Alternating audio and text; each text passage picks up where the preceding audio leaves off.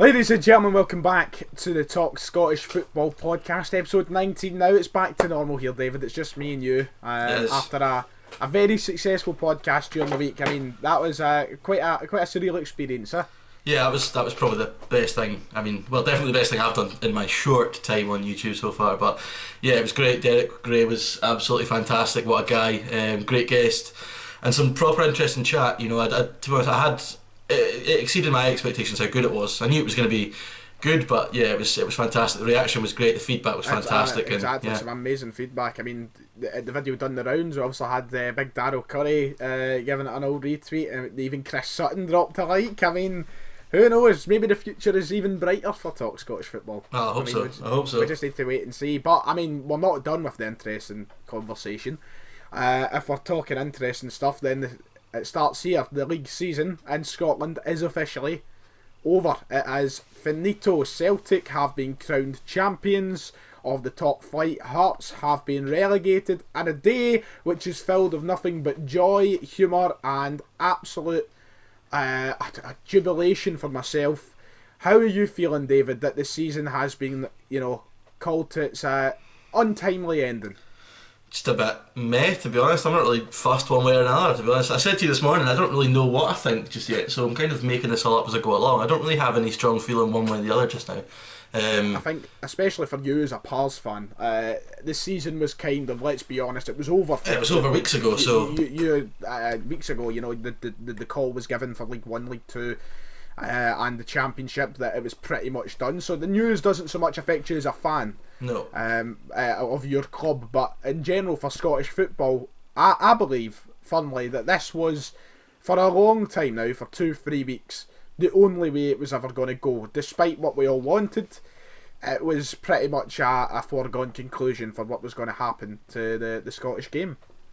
Yeah, I mean, I said, and I put a thread on Twitter this morning, I didn't think it would take a very, very ambitious Rangers fan to claim there was any chance of them turning it round. I think everyone knew from the sort of turn of January that Celtic were going to win the league. It's unfortunate that it's had to happen like this. I said to you this morning that, I know you're absolutely buzzing because I think your sort of excitement levels have increased because of the goings on off the field in the past few weeks. Yeah. But I think for most people, even Celtic fans, it's not the ideal way to do it. But as we keep saying, it's not an ideal situation. It is unprecedented times. There's been so much, carry on behind the scenes to get to this point. It's sort of the game's been kind of shown in a bad light, and I kind of hope that if one thing comes from today, it's that we finally got a bit of closure with this carry on. I don't think it's going to happen, but I just kind of hope this kind of closes the door on it. Well, I think we're still going to have an eventful couple of weeks. I think Hearts are going to stir up some drama. So, but yeah, for yourself, obviously, you said to me this morning you're absolutely delighted, regardless of how you've won it. Well, look, on the point that you just raised, there's going to be a lot to cover in this edition of the podcast. Of course, we've got to talk about the Celtic point of view, the Hearts point of view, what happens from here, and then going into next season, when will football... There's a lot of things to talk about. I'm going to touch on something you just said there, David. You're talking about how the off-the-field situation has made this all the more sweeter for me as a Celtic fan. Look, I will echo everything that Neil Lennon has said. Look, the group of players at Celtic within the Scottish Premiership, I believe, have lost out the most. Look, this was a group of guys who, by far and miles, were the best quality, had the best mentality, and were the most consistent within the league. They had the chance to go on and win a magnificent league title, but being the far best team, and the chance to go and win a quadruple treble, and that because of unprecedented events, because of the impossible. It was made impossible to go and do it on the pitch. As Neil Lennon said, we wanted to win it on the pitch, and every Celtic fan will agree with that. Now, back when this first started, there was only one way I wanted Celtic to do it, and that was on the pitch. And I still do think like that. I still do say to myself, look, I think it would have been much better if we could win at the Park. I think the chance to say to Rangers fans, we won it with the season being completed, it would have been, better in terms of going on about our 9 and a 10 in a row campaign. But with everything that has been caused over the past few weeks, from the other side of Glasgow, from Rangers with the statement after statement, with farce after farce, it's made this all the more joyous. It's just made it all the more humiliating for Rangers, and all the more celebration worthy for us. And that is because in a time like this, you would expect the country to come together, every club in the country, to look out for one another's survival, for God's sake, and just come to the best, most reasonable ending as quickly as possible. On points per game, we were the best team and the league title was always us. And that was pretty much evident. And I'll echo a point on what I believe I've said to you before. If this was Celtic going for 3 in a row, there wouldn't have been the same outcry from Rangers as what there has been for 9 in a row. It would have been done weeks ago and this wouldn't have happened. So, for me, the celebration is even better. And that is because of everything that has been caused. That time where they've made it the most embarrassing chapter in Scottish football history. I'm glad that we're finally putting it behind us. But as you said, we're probably looking at a situation where it's not the end, is it? No, it's definitely not. And I kind of take your point in terms of the off the field antics. You know, I said from the very start when Rangers came out and said they were going to challenge the SPFL that I wanted Rangers to hammer them, because I don't think there's any way anyone in Scotland can say that the SPFL handled this well from the start. There is no doubt about that. They didn't handle it well. No. The cries for corruption and all the rest of it was absolute nonsense, I think. Well, yeah, I'll come to that. But I do think that I couldn't understand why. I thought it was in everyone's interest initially to pursue the SPFL and hold them to account after the initial vote, where Dundee's vote and all that carry on. That was, for me then and there, I think every single club should have been like, hold on a minute, what's happening here? As it ended up working out, Rangers were the ones that spearheaded it, which naturally caused a big debate between Celtic and Rangers fans. And listen, if the shoe was on the other foot and Rangers were about to clinch 9 in a row, Celtic fans would not be sitting there happy, especially with all the way that the SPFL carried on. It's like if you had, the perfect hindsight, or you could look into the future, or you could flip it and you could see it.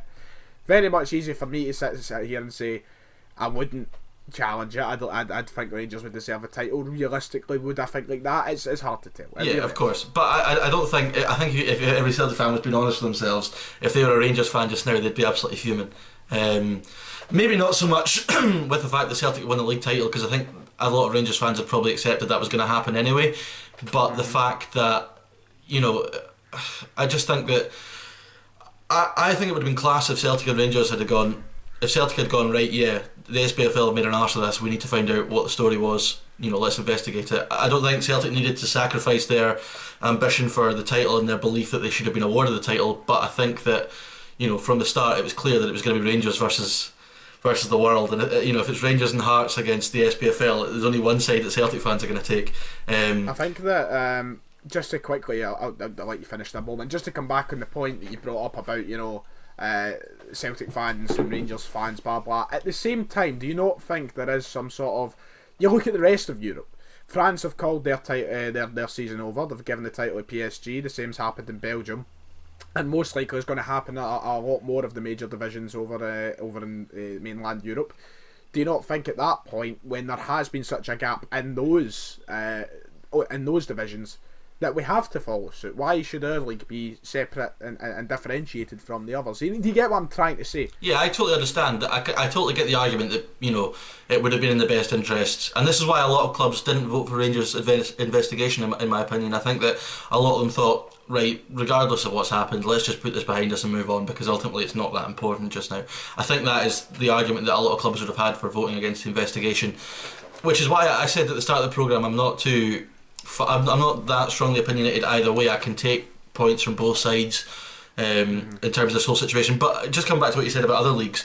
We sat here with Derek Ray last week and we asked him about Germany and the return to football there. And I think me and you probably, you know a bit more about German football, but me as a sort of Scottish football fan who was an outsider looking into the German stuff, I'd have thought that it was pretty straightforward that the clubs were wanting to return. It was all unanimous. I didn't realise that there had been big debate and there had been big disagreement that he told us about. So I don't think that, I think in other clubs, in other countries, things haven't been as straightforward as we perhaps think they have been from the outside looking in. But yeah, as I said, there's valid arguments from both sides of whether it be Rangers pushing for investigations and all this carry on, and people saying just forget about it and move on. I can take both points. Ultimately, nobody wanted season 10 like this. It's unprecedented times, and yeah, ultimately the clubs have voted for it now. We've kind of got to move on, whether you like it or not. That's kind of the way it's kind of happened. Yeah, I suppose that there is a lot of there's Rangers fans were looking at the whole, investigation matter when they called for their own independent investigation and they tried to get the backing of all the clubs. And the way that I heard some Rangers fans putting it was, right, this can either go one of two ways. Either the SPFL can do this investigation, clear themselves of all wrongdoing, and then everything's rosy, then that's fine, everybody can be on the same page. Or they can do it and prove that there is something wrong with the SPFL, there is some form of corruption there, or there is wrongdoing. At the same time, though, we've seen the vast majority of teams in this country come together and say, no, we don't want it. So we had to move on from it. And I feel like there is that sort of, a lot of people did want to see them get took to task, and that was obviously the majority being Rangers, Hearts, Stranraer, those fan bases. They wanted to see them get took to the cleaners. And yes, we could have had that, but was it worth wasting the time and energy to do so when we're at a time like this? So, yep, I do understand the frustrations on one side, but at the end of the day, look, this has all came down to the fact that Rangers don't want Celtic to get that 9th in a row title. Let's not kid ourselves on. Let's not be blinded by anything here. I think ultimately it was their best to try and delay this and stop this from happening, but it is official now and they've got the champions. So I don't know if it is just because I'm a Celtic fan and I don't want to look into and believe much of Rangers' accusations, but today was the day that Rangers were trying to stop. They just didn't want that to happen. I think ultimately that was what caused everything. And I'll probably stand by that. I don't think I have my mind changed. If there was anything that was dramatically wrong within the SPFL, I believe we would have found out by now. So it's nice to see Celtic get the title because we were long deserving it. We were the better team from New Year. And we're going to probably do a season review where we talk strictly about football, and we'll come on to that. We'll talk about football. We'll try and put all this disaster behind us. That'll be refreshing. That will be refreshing. I'm fed up of talking about the politics and the decisions and the boards and the people who aren't on the park. I really am looking forward to that. So that'll be fun. But at the end of the day, this was the day Rangers were dreading, and that's what kicked off everything that has been happening over the last 3 weeks. Yeah. I don't know if you will agree with me. I really don't know if you will. I believe that, look, this has divided not just Celtic and Rangers fans, which, well, I mean, I say divided Celtic and Rangers fans, we've been divided since the day both clubs were formed, but it's not just divided things in Glasgow, it's not just divided things between the major clubs, it's divided the whole country. I don't know from any other perspective what side to be on. I like the fact that Celtic fans have mostly sat, and Celtic as a club have sat through it all, just kind of watching and waiting and having a laugh during it. Because I don't know how anybody can have the energy to be so, big on the SPFL's back, try to just be right in there all the time. Look, it is an impossible situation we found ourselves in. There is bigger things to worry about. The fact we got the title has brought it to an end. Well, I'll wrap up this a little bit because there's a little more to cover. But yeah, ultimately Celtic have been crowned champions. They probably deserved it. They did deserve it. They were going to win it anyway. Fine. I think it's a bit simplistic though to think that. Well, here's the thing, and I keep saying this. This has been the most complicated situation Scottish football's ever faced. But yet there have been so many simplistic views and people going, "Oh, it's simple. It's just this, that, and the next thing." None of this is simple. I don't think we'll ever really understand the full extent of what went on behind the scenes with the SPFL because ultimately, we're not gonna find out. And it's not all going to be in the public domain. I think there have been a lot of things going on behind the scenes that weren't, perhaps as made as public as maybe other stuff to us. As they should have been. And ultimately, this whole chapter has really, painted our game in a really bad light. I hope that today we'll see an end to it. I don't think it will, but ultimately it's been an absolute disaster that we've had to deal with. I don't think the SPFL have dealt with it well. I don't think that Celtic. I do think Celtic, deserve to win the league. I don't think Partick Thistle deserved to get relegated with a game in hand, considering the game they had in hand was because they were playing in another SPFL competition. I don't think Brecon City should have been allowed to stay up, especially because they have a board member on the SPFL board. All that absolutely stinks. And we could talk about this till the cows come home. We've covered it all plenty of times before, and I feel a lot like most Scottish football fans out with the old firm, where I think we're all just a little bit fed up of it all and kind of want it just to kind of get back to talk about football and how we can get football back and focusing our time on helping clubs that need it financially, etc. And I think that's why Rangers' vote for the investigation didn't pass, because I think a lot of clubs were just about fed up with everything and wanted it all to be over. Whether that's right or wrong, I think that's kind of what happened. So yeah, that's my kind of take on it. I tell you what I'm looking forward to. I'm looking forward to getting back in a studio, sitting with our microphones and having a podcast in there, because God's sake, man, are you not just tired of a wee bit of the Zoom calling? I hate it, mate. I absolutely hate it. I mean, just imagine the quality of content we could be producing now that you've found a camera, you know. I know. We could be top-notch stuff now. And that'll come with time. I mean, we don't know when football's going to turn. That's probably something we'll touch on later on towards the end of the podcast. Let's talk. Want to talk about Hearts? I mean, the jam tarts, the lorry farts. Yep, they are going down. It's been a long time coming, and you know, we started this podcast in January. January, I believe, was the first ever edition of the Talk Scottish Football podcast, where we decided we'd take two great minds, put them together, and talk absolute nonsense. And back then, we were in the same boat. Hearts were bottom of the table. They were absolutely hopeless. But there was a new kid on the block, and that was Daniel Stendhal. And he's got us playing. Hearts are back. And week after week, I came on, and you weren't so much as confident as I was. But I came on week after week, and I said, Hearts are too good to go down. Hearts are too good to go down. They won't go down. There's no chance they'll go down. Will they go down? No, they won't go down. And now they're down. An absolute nightmarish situation for the Edinburgh side. I mean, they find themselves back where they were a few years ago. They will, let's get honest, they'll bounce right back up. Whoa. They will bounce right back up. No, don't you be so hasty there. Surely I mean, they will. probably yes. Don't be hasty, probably, but you know, it took Dundee United God knows how long, it took Hibs God knows how long, it took Rangers a couple of tries. It's not as cut and dry as people think it is. But the last time Hearts went down, how long did it take them? Yeah, but back then they had a young exciting squad. Now they've got, you know, an old sort of faltering, decrepit, broken down, hopeless. I mean, anyway, I've got two different ways to approach this. So if I go with Dunfermline fan hat on, I'm absolutely delighted Hearts have been relegated, because I think can't wait to go to the majority of the Tynecastle country. Speaking to a Hibs fan today, and my God, absolutely over the moon. Is that not your other personality you were talking to? My other personality? Are you trying to claim that this is a charade here? You're trying to claim I've got this on for the banter?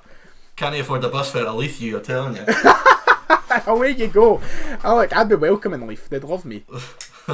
They would. But yeah, so Hearts coming down is, for me, I'm absolutely delighted. I can't wait to go to Tynecastle, assuming we get to go. It turned into a bit of a running joke in this podcast towards the end of football actually being played, how much we were absolutely fed up of Hearts just in general. Everything about them was annoying us, because no matter what you said, they ended up proving you wrong and just being absolutely hopeless. I totally get why they're frustrated, and I totally understand it, but yet again, unprecedented times and all the rest of it. Once again, I'm going to quickly butt in here. If I've got to say it about Celtic, I've got to keep it in the same side and say it about Rangers. Celtic were by far the best team in the league.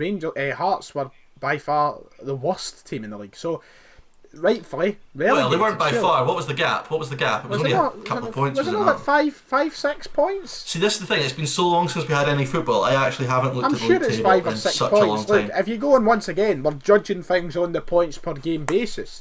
There is no way you can sit and give them the exception. And like, look, we had the opportunity for league reconstruction. It was knocked back. Even Celtic did endorse it. I mean, apparently, but we had that opportunity. The league said no. That means they have to go down. It wouldn't be fair to keep them up just because it's Hearts. Like I've been a firm believer for a long time now that I would love all the big teams in Scotland in the Premiership. I want the best crowds in the league. I want the best players in the league. I want the best teams in the league.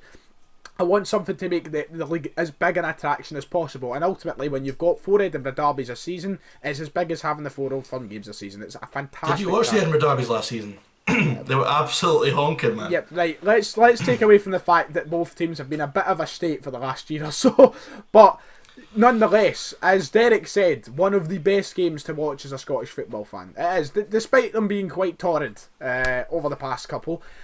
It's a big blow to lose them, but they have to go down. They had their chance. They brought in a new manager. They've made signings. They spent £7,000 a week on Liam Boyce. Hearts fans crying about going down. is as much use as I don't even know. I don't even have a comparison for it. I was going to get very X-rated there, but I'm not going to. You can't really cry about it. Like, you had your chance, you had your money to spend. A team like Livingston is on a fifth of the budget they're probably on, and they're operating well over their means. They're justifying themselves on the park, and Hearts aren't. And that's the reason Hearts will be going down. Anne Budges apparently want to take legal action. I don't see any sort of means for legal action to be taken. I think she'll be laughed at, in my personal opinion. I don't know about you, but it just seems very out with anyone's control now. I think the decision's been set. I don't see any way back for Hearts. Well, I don't think Hearts getting relegated and deserving to go down is as cut and dry as Celtic winning the league title. I think Celtic are, I think there was more chance of Hearts catching Hamilton than there was of Rangers catching Celtic by quite a bit. I think if Hearts had caught Hamilton, it probably would have been a surprise, but I still think they were capable. There'd be more than a surprise for me. I mean, have you been watching? I'm not so sure. I still think they were capable. I think a lot more stranger things have happened in football, and that was my argument from the start about. Well, that was my argument from the start about not calling the leagues, is that if you call the leagues now, think about if you go back through history, the final sort of 5 games or whatever, the things that have happened out of nowhere that, teams that have come from being points behind to win league titles, teams that have looked doomed and ended up staying up, it all could have happened, which is Hearts' biggest argument. They still had the chance to fight to stay up.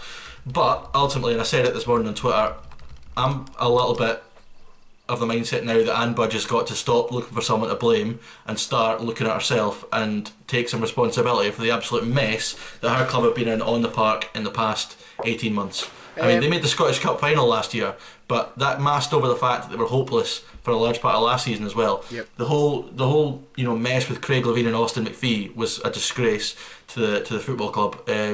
Hearts, have done everything in their power, it seems, to get relegated on the field. They've been absolutely hopeless. They brought in Stendhal. I thought, as we both said earlier, we thought he probably would turn it round. Yeah, nowhere near. And ultimately, that was another failed appointment. Again, she's got to take responsibility for that. And all this stuff about she's going to take legal action or put forward a proposal for league reconstruction. She put forward a proposal for league reconstruction. Nobody voted for it. Yep. I'm not. Apparently Celtic did in the statement. Well, yeah, but not enough to get it passed. Not enough, of course. We can't just say the that situation is, but this is what it comes down to for me, and this is something everyone's forgetting. We're hearing so much from a minority of clubs. A minority of clubs have been so loud throughout all this. Yeah. The majority of clubs have kept quiet and voted against them. Exactly. So how does this work? Is it how loud you shout? You're all of a sudden, your opinions are more valid than everyone else's. I don't understand that. I think also that I've argued a long time for league reconstruction for the betterment of Scottish football. I don't want it just to keep Hearts in the Premiership for a season. That's just completely defeats the purpose for me. Yes, it might not be fair. This whole thing isn't fair. None of this is fair. Some people are going to have to suffer. Right now, and I'm going to put it away that Darryl Broadfoot put it Friday night in the Super Scoreboard. I'm going to quickly use a quote from him. We are living in an unfair world right now. There is nothing that guarantees that anybody's going to be safe or go down or stay up or whatever. It has been now. Back then it wasn't. We live in an unfair world. We're going to have to take this. Look, there's bigger worries. But what I was going to bring up was, right, in the Scottish Premiership, we talk about, this is just a quick point to jump on. I'll let you go back to what you were saying in a moment, Dave. But you spoke about we've seen weirder things happen. We have, absolutely. I'm completely on that side. Anything could happen. And Hearts, they have absolutely got the squad to stay in the top flight. They're better than Hamilton. They're better than Ross County. They're better than St Mirren. On 11 by 11 players, they should be technically anyway.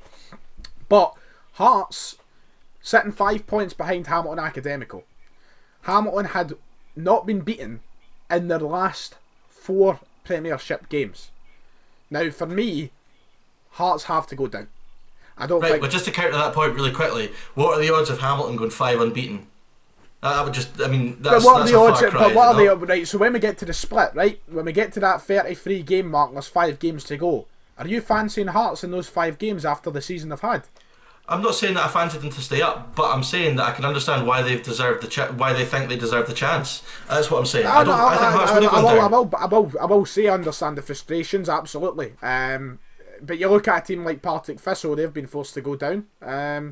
So yeah, Hearts Thistle are another one. Thistle's situation is more unfair than absolutely, no doubt. Hearts' situation, because of the whole Tunnocks Caramel Wafer Cup carry on that they were playing that meant they couldn't play a league game. Do I think Thistle still would have gone down? Yes. Do I think that they deserved a chance to stay up. Of course they did, but as we keep saying, it's unprecedented times. None of this is fair for anyone. Ultimately, the clubs have voted, and that's it.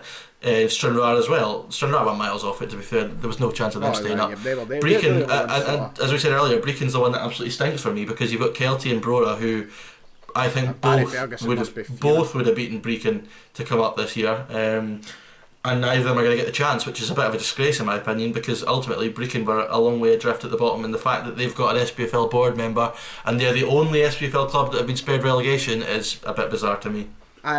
We'll quickly touch on the legal action that Hearts are going to take. I've already gave my opinion, but very quickly of you, David, do you think it's going to go absolutely anywhere if they do decide to go forward with the threat that they made right back at the start of this? Of course, we've not heard much about it after all the, dossier information and blah blah blah, but do you think... I struggle to understand where they're going to come from, because ultimately the SPFL is a members' organisation, and if the members vote a certain way, I don't really know what they've got.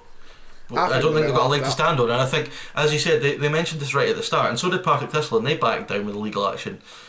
I don't understand. I mean, it's becoming more and more that Anne Budge is going, if you don't give us what I want, we're going to throw the toys at the pram, and I don't see, if they've got a fair basis for legal action, then I'm sure we'll find out. But I don't think they have, and I think it wouldn't get very far. I think ultimately Hearts are down, and the sooner they accept that, it'll probably save them some legal fees, I think. Well, that's the Hearts situation covered. Of course, all of this very impromptu for the two of us. We knew the meeting was today. We didn't know what was going to be. Well, we had an inkling towards what the situation would be. But David, what are you thinking? Give me something. Throw me something out there. What you think? Okay, about cool. I'm going to throw you a couple of things. First of all, Tommy Wright, manager of the year.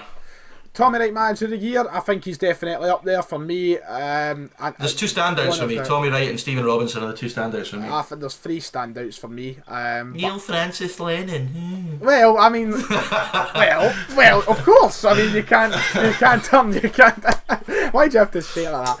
Neil Francis Lennon's always going to be a shout, isn't he? I mean, is he? Is he not? Of course he's in the conversation. Yeah, but I think in terms of expectations and exceeding expectations, I always Stephen like Robinson it. would have to be a shout.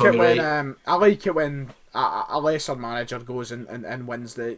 One thing that always sticks out to me, and I'm going to go and talk English football for a moment, which we don't like doing, but I'm going to just use an example. In 2013-14, I believe, was that the slippy year?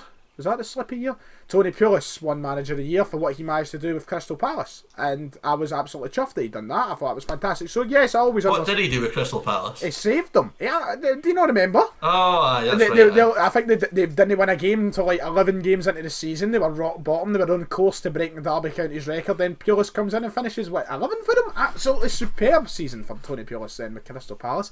But no, I do believe these guys are in with a shout of winning it. For me, well, I mean, Tommy Wright's walked away from the game, so it has to be Stephen Robinson, doesn't it? So I just want to touch on Tommy Wright really quickly, because we've bigged him up big time in this podcast since we started. He deserves every credit that anyone ever gives him. Yeah, of course. October, November time, St Johnstone were doomed, I thought. They couldn't defend, they couldn't score goals, they were down near the bottom. They looked like they had... You couldn't really see where it was coming from. Everyone was thinking, right, Tommy Wright, his time's up, he's lost it, he's not got the command on that dressing room that he used to have. It's not the same St Johnstone, he's got to move on. They've gone and finished in the top six, man. Absolutely unbelievable turnaround they had. And for a couple of months there, they were the form team. They were up with Celtic at the top of the form table. They were flying, and to turn it around the way he did, absolutely brilliant. Stephen Robinson, I think, probably will get it, if I'm honest, because to take Motherwell to third is just unbelievable. And considering the journey they've been on for a few years now, in terms of when he took over, they were relegation threatened to European football in a couple of years, is just fantastic. So he probably will get it. I'd like to see Tommy Wright in with a shout, and of course Lennon will be in with a shout. I don't think Lennon will get it though, because I think ultimately when it comes down to Manager of the Year, you're looking at, Neil Lennon in terms of the Premier League, the Premiership has met expectations. The other two have vastly exceeded expectations. So I think on an individual basis, I think that the other two would probably be more of a technically, you shout. could say Neil Lennon has exceeded expectations. Don't David. be silly. I Are you mean, telling me this was hold on. This was a man who at the start of the season was laughed at, and Rangers were guaranteed number 55. So technically, he's exceeded them. So Rangers fans' expectation of a Celtic manager is the I'm expectations they've joking, got David. to I'm meet. joking, for goodness sake. But we did not expect him to go on and win a treble. I can say that. Well, did he win a treble? Well, he was going to. Did I miss something? He was going to miss a treble. Oh my goodness gracious me! What? You want that now? You want that declared Celtic Scottish Cup winners because they were going to win it? Not a hope, man. Well, I mean, let's just be honest. We were going to pump Aberdeen in the semis, and then Hearts were going to win the cup, man. It was difficult. It was written in the stars. Written in the stars, aye. Written in my hole. What was the other thing you were going to? You were going to throw another thing. You said you had a couple of things to throw it. What was the other? I don't know. My mind's just gone now. Livingston and Hamilton. They deserve a lot of there's credit another as well. shout for Manager of the Year. Gary Holt shouldn't be overlooked. The bus driver. I mean, yeah. I don't think he's the bus. I don't think he's probably on the level of Robinson and Wright, but I mean, once again, a man who's vastly exceeded all expectations placed ahead of him. Yeah. I really feel all these teams have just been so quiet in it all. I'm sure they would have loved to have finished their seasons. I'm sure they would have loved to have solidified their place in the league table. And perhaps fight for more than what they were sitting on just now. I'm sure other teams such as Hibs will feel hard done by. They didn't get in that top half. Granted, they started the season as abysmally as Hearts did. So there was no way Hibs were going to argue that the season should have kept playing when Hearts were also doing it. Not a chance. No, that was never good. I'm sure Hibs fans will. I say Hibs will feel a bit hard done by they get top half, but I'm sure that the Hearts relegation will fill up every single acre of sadness that they may feel for the season ending. I'm sure there's a party going on in the Leaf as we speak. Fireworks will be going I hope off. they're all 2 metres apart. Well, yes, you'd like to think so, but of course. Unlike those, you see those clowns outside Celtic Park this morning? I've seen a few, yes. Shocking, man. I mean, anyway, there's a couple of other things we want to touch on. Maybe 2 metres apart. Not in the pictures. No, Anyway, the other thing we wanted to touch upon, we mentioned it before we started recording. What is going on with Scott Brown's Barnet, by the way? Oh my days! Look, you can't fault the man. He's a gorgeous human. Yes, you can. He's Everyone else, I mean, of human. all the people not to get a buzz cut during lockdown, the guy who needs it the most doesn't do it. Look, I think we should be patient with him. He's a busy man. He's obviously been laughing. He needs to get the Clippers charged. That's what he needs. I think when he comes back to this is what Brown does though. And you remember, we spoke about this as well. He got the hair a few years back when he was still playing for Scotland. Yeah, you showed me that photo when he did look like the guy from Fantastic Four. The guy with the mad extendy arms. You know what I'm talking about? Mr. Fantastic. Was that what he was called? I don't know, but it was the one that could bend his arms. Well, you could say Scott stuff. Brown is Mr. Fantastic. He's Captain Fantastic. Oh, jeez, I can't believe I just transitioned into when that. When he had the hair, he wasn't as great a footballer. So maybe he's grown the hair just now. Letting the kind of complacency ooze during lockdown. I'm gonna have to give him a ring and see what the number was for the hair transplant people. I think, to be honest. You can't say much here, David. I'm talking about baldness. My haircut turned out no bad, didn't it? You've done the hair today just for this. I've done the hair. I barely done. can smell the hairspray from here, boyo. Oh dear, shut up, you. I'm not revealing out my routines on camera. Hold on, just quickly. I put out a wee tweet on the socials before we started recording. Oh, nice. Looking for some questions, etc. And we've got an absolute load in. It's from some, but this is the cool thing about this, and it's happened just as we are on record just now. Someone has made a Twitter account, or at least changed their Twitter account. So they've changed their handle to TSF is class. And that's their Twitter account name. It's like we've got like a fan account now, and like they've made their profile picture our logo and all this carry on. I don't know who it is. I've literally no idea. But they've sent us in a barrel load of questions, so I'm gonna fire through some of them just now. First one: has Ryan got the cans in? I have got the cans in, yes. The fridge is stocked with tenants as we speak. I've got a bottle of wine, I've got like 2 bottles of whiskey, got quite You've also got work at 6. Yes, I have, yes. It's a shame. Midnight though, midnight. Oh, we're going to the house party tonight. Oh, aye, of course. So Motherwell obviously in Europe now. Another question: will Motherwell qualify for the Europa League? I'm guessing he means group stages by that. I mean, probably not, if we're being totally honest. But let's look. If Kilmarnock were getting knocked out off Connah's Quay, then I'm looking for a step up from there. To be quite honest, you know what's absolutely mental, right? We're talking about the season being finished today. That happened this season, like the season that's just been finished today. Does that not feel like it was years ago? Oh, it does. Killie Connors yeah, Key. It feels does. ages ago. It feels like a long time since Stevie Clark was ever manager in the league in Scotland. Do you remember Alessio? Remember him? Oh God, Almighty. He's just kind of. I was watching Premier League years last night, and it was 2008 and 9. And do you remember Joe Kinnear was manager at Newcastle? Did I? Aye, He got the sack before Shearer came in. Well, he never even got the sack. What happened was he had like a heart. He needed a triple bypass. He needed a triple bypass. That's right. So he was still manager. And then Houghton became caretaker. Then they brought in. It was a mess. Anyway, fire in the next question. What is it? Right. Okay. This is one I think a bit more for you. You can. This might actually give you a video idea, so you might not want to answer it. But list the 5 most important players / managers. So the 5 most important people in Celtic's 9 in a row, and he just brackets. Surely Paul Slane is in there. Well, Slaney is a shout. He's probably an honourable mention. It is a good. We're not promoting rival podcasts. It is a good. That's true. Actually, I'm promoting the enemy. But you know. That is a good question, and it is a good video idea, but I'll fire anyway. 5 most important, they've got to be, number 1. Actually, hold on. I'm just thinking, this would actually be a class video for you. So why don't I fire out who I think are the 5 most important? Okay. And then maybe you can expand on this further, because I think you could get a good 20 minutes out of this, son. No bother to you. Right, so for me, from an outsider looking in, the 5 most important people in Celtic's 9 in a row: Scott Brown, Brendan Rodgers, James Forrest, James Forrest, Neil Lennon, and who's number 5? So many people. Peter Lawwell. Peter Lawwell. Yeah. Now he has an important part. I haven't heard of it, Peter Lawwell. God knows where he's That's a 5. So you can expand on that in a wee video at some point. Right. Where are we? I love how I'm getting such a class view. You're building Apple right now. Oh my God! Really? You're right doing like that. Nightmare. That's gonna have to be edited out, man. Can we just edit like Scott Brown's barnet on my head? I'm gonna hold the phone like this, so I'm reading like this now. Right, this is a question that's gonna get a really quick answer from you, but I might give you a more detailed one. Will Rangers stop 10 next year? What will they need to do to stop it, basically? So obviously your answer is gonna be no, but what do you think they would need to do to stop it? What they need to do is sort the finances out, spend big, bring in the right players. How can they do both of them things? They need to sort the finances out, spend big. That's what I mean. You need to get money. I mean, apparently Castori's worth quite a fair bit of money. I mean, apparently the biggest thing for sliced bread now.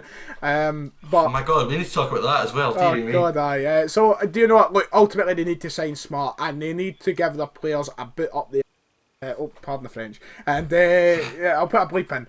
And they'll need to do that, and they'll need to insert a winning mentality. Look, these guys aren't winners at Rangers. There's not a lot of them anyway. You've got people like Stephen Davis, you've got Alan McGregor, who are winners, but surrounding them, they don't have winning mentality. And yes, Rangers fans may say, well, we came to Park Head meeting the 27th. Yes, he's did. Well done. Where was the follow-up? Where was the winner of this season was determined by mentality, and I will insist that till the day I go cold. Mentality is what won us the league this year. We were the stronger. Rangers. It was SFA corruption, son. Rangers need leaders in their team next year. They need mentality. That is how they would stop 10. Will they stop 10? I don't think so. You don't think so? God, that's more of a chance you're giving them than I expected. Right, for me, yeah, I think a lot of what you're saying is right. It was a mentality thing. I think it was no coincidence that when Rangers were hopeless, Scott Arfield was their best player because he's one of the few that gets it, that could handle the pressure. Yep. They need guys like that. I think they need to go and get guys who are... Yeah, the thing is, where do you find them? Guys like McGregor, Brown, Forrest, etc. Guys that have been there and done it. They're like absolute gold dust trying to get a hold of them. There's not many. So I think... Yeah, and I think there are a few players currently playing in Scotland Rangers should go and get. I think Lewis Ferguson should be number 1 on their shopping list. I think I also think that Celtic should be after him as well. I don't think it'll ever happen, but I think he's, in terms of young players in Scotland that have got the ability here and now. Could you just imagine a Celtic Uncle shirt, Barry's disowning him at that point. A Celtic shirt with Ferguson on the back. Oh no. Yeah, I think they need to spend, but do they have the money to do it? I don't know. I think ultimately they're all in with Gerrard. I think Gerrard's going to be the man to try and do it. I think if they were going to get rid of him, it should have happened in February. I think if they were going to get rid of him, They needed the season to play to completion. Yeah, but I think that it's too late now. I think ultimately they've gone all in with Gerrard. He may be the man. I still think that since January they've not been good, but I think up until that point he'd done a very good job. So yeah, I think they need to spend their money and bring in some players. Do I think they'll do it? No. But do I think it's possible? Yes. But it's going to take a whole load of buts and maybes. I always come back and to no one to thought they could do it in 1997, 98. I forgot the year now. Wim Janssen. Oh my god, that's horrific. No one could. It just slipped my mind there. But no one thought Celtic could do it then. You never know, I suppose. But I just think it's a completely different circumstance now. I think that unless Rangers do buck up their ideas in the summer, it's not going to happen. Yeah. One more wee question on Twitter I've got here from Callum O'Rourke. I think this is the Callum that always comments on the YouTube videos. Every single one without fail. Top guy. First part of his question is, can Anne Budge really blame anyone but herself? We've kind of covered that. And does he think? Do I think that the Pars will finish above Hearts next season? No, I don't. You don't? No, I don't think so. There. No. See, I can't wait to do our pre-season predictions next year when we'll predict the Scottish Premiership standings, then we'll predict who's coming up for the other league. Because you always see that on YouTube every single year. Someone does it at the start of the season, they look like an absolute donkey at the end of the season. Oh, that's normally because they've got like Hearts and third and Levy bottom. That's normally me, aye. And I think this year I had Hearts third and Hamilton bottom.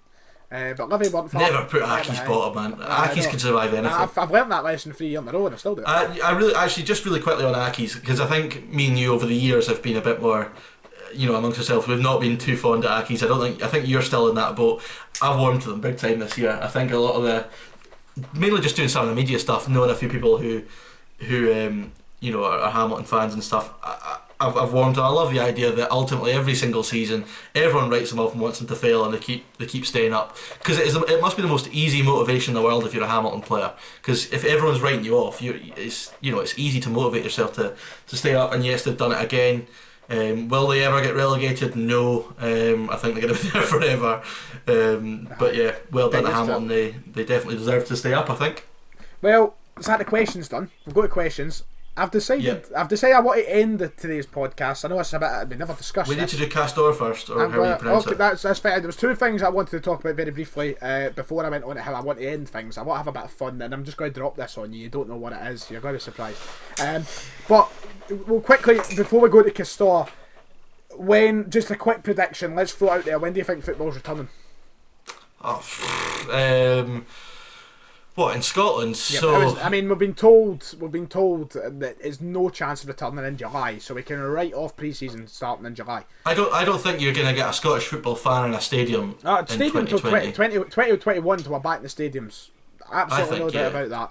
I think we should be hoping and praying that we can have the 2020-21 season starting, and maybe early September. I just don't see how it's viable for clubs to start behind closed doors. It's not sustainable. It won't happen, because ultimately, unlike England and the Bundesliga, clubs in Scotland the vast majority are solely dependent on gate receipts, and if you take them away, they can't survive. So I don't know. I don't know how we can start behind closed doors. I don't think it's viable at all, unless there's mega TV money fired in and they find a way to distribute it to save the smaller clubs. But and it's something that I think we're going to have to cover at the end of May, because I think there's going to be, like, players that are out of contract in May. Yep. They're not going to get contracts anytime soon. Yep. So there's a whole host of players who are going to have no income for a long time, because clubs aren't going to sign players if they've not got any football to play, and that's the harsh reality.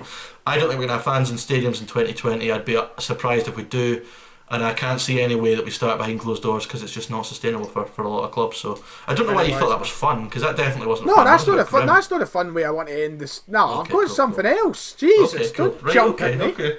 God, right, Castori. Are you going to make us do shots or something? Well, I mean, if you want. Castori, what are we thinking? Well, fine, fair enough. I quite like. I actually quite like niche, unique, kits of players. I actually think that. Yeah, I mean, yeah, but it's like when New Balance came into Liverpool, everyone was like, "Oh my god, what?" They've produced some cracking strips over the years. So from that point of view, fine. Yeah, and it sounds like it's going to be decent money. So I don't know. What I will say about the whole thing was, what is the story with telling your fans to wake up at 9 a.m. on a Sunday morning, only to preempt that with an email at 10 minutes past 7 in the morning, What was that all about? That was the weirdest thing I've ever seen. The banter years go on, maybe. But like, I was convinced that it was going to be a Hadji permanent deal, because why else would you? Everybody seemed to have their hopes up there. It was going to be Hadji standing. But why else would you tell him to wake up at that time on a Sunday morning? What's that all about? Yep. That's just strange. Well, maybe they were. Why not like 5 p.m. on a Here's Sunday? a shout. That Maybe they didn't were make asking him sense. to go to mass.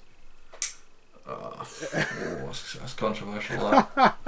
That's controversial to Joking there, joking. Right, look, I want That's to. the dislike button getting hammered. It's all a bit of banter. Look, I want to end it in something that I'm going to do a throwback here, David, because you know what? It's a very impromptu episode. It's a very depressing episode for some. Let's try and cheer them up. I'm going to get you to do something. That sounds pretty. I don't like dark. it. That sounds pretty dark. Going to get you to do something, but I'm going to do a quiz, Davidson. A quiz. A quiz. Aye. This is a throwback. Do you want to give a bit of context to this? So 'Cause did this ever get published anywhere? It got published in my channel, in fact. So Did it? back before Talk Scottish Football became a thing, we were asked to produce a piece of work in one of our college classes that was a basic, 10, 20 minute podcast. And I decided, I'm going to do football because all I know is football. And I'm going to have the big man Dave on because Dave was the most intelligent and the most beautiful in the class.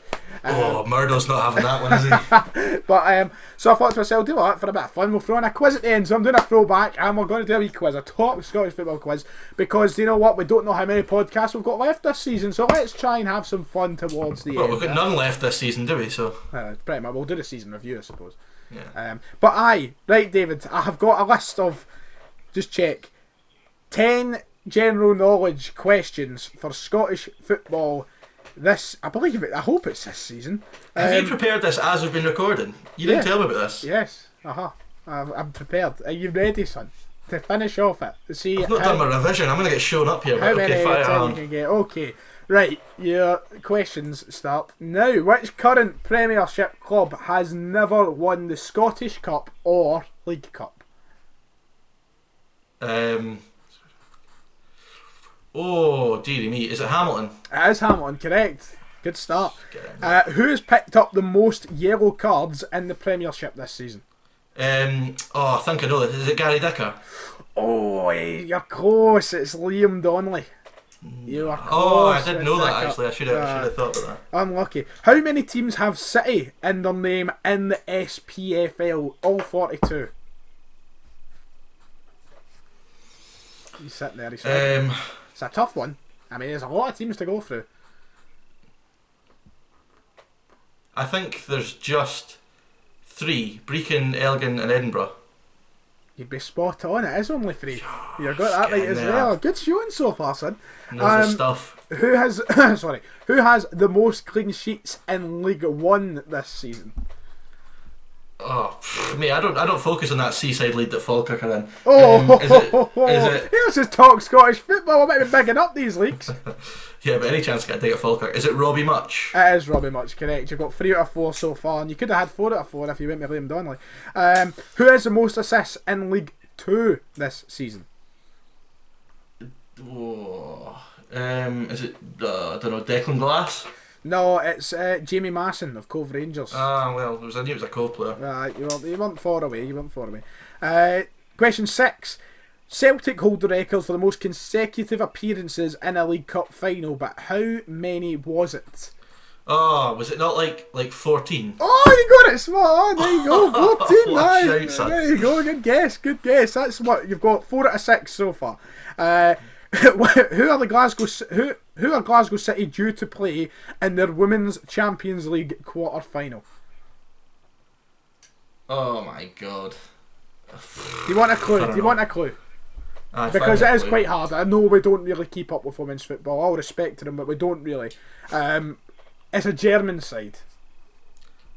Oh, was it Bayern? It's Wolfsburg. Well, I wouldn't have had a Scooby-Doo, mate. Next question is, which team is currently bottom of the Lowland League? Oh my god. Is it Vale of Lee then? It is, correct. There you go, good answer. You're doing much better than what I would do, I tell you that for nothing. I wouldn't have a clue. Typical Celtic fan, eh? Brora Rangers were crowned as winners of the Highland League, but who were runners up? For Martin, I think we're one of the runners up. No, you're wrong, son. It was Inverurie. Oh no, it wasn't. Why am I thinking for Martin? I don't even think they're close. Was it not? It was Inverurie, wasn't it? Aye, that's what I just said. Inverurie, aye. Inverurie Local Works. And the Oh my final. God, I'm gonna get slagged for that one. And the final question, in the quiz is: when was the last time neither Celtic or Rangers won the top division in Scotland? What year? What season? 86. 84-85. So you didn't do too bad, David. It's a decent showing. You got Hamilton correct. You got the 3 City teams. You got Robbie Much. You got 14. You got Vale of Leaving. That's it. You got 5. 5 out of 10. That's not great, is it? 50% showing there. But do you know what? Next time you can quiz me and you can see how terrible I would do. Okay, mate. That sounds like a plan. Anything you want to throw out before we wrap things up on this very eventful, fun episode of the podcast? Well, normally I throw out something, a really sort of funny throwaway rubbish line at the end, but I'm not going to do that this week. I'm going to tell everyone that hasn't to go back and watch the Derek Ray podcast, because it was just fantastic. Absolutely. You know, what a top the guy. best work that even I've been able to produce on YouTube. You know, yeah, exactly. And this is the guy that produces listicles on Celtic every weekend. You know, I mean, you're as bad as my pals, you. Yeah, I think there's at least one message in the chat every week. Is like, what top 5 kit video have you got lined up this week?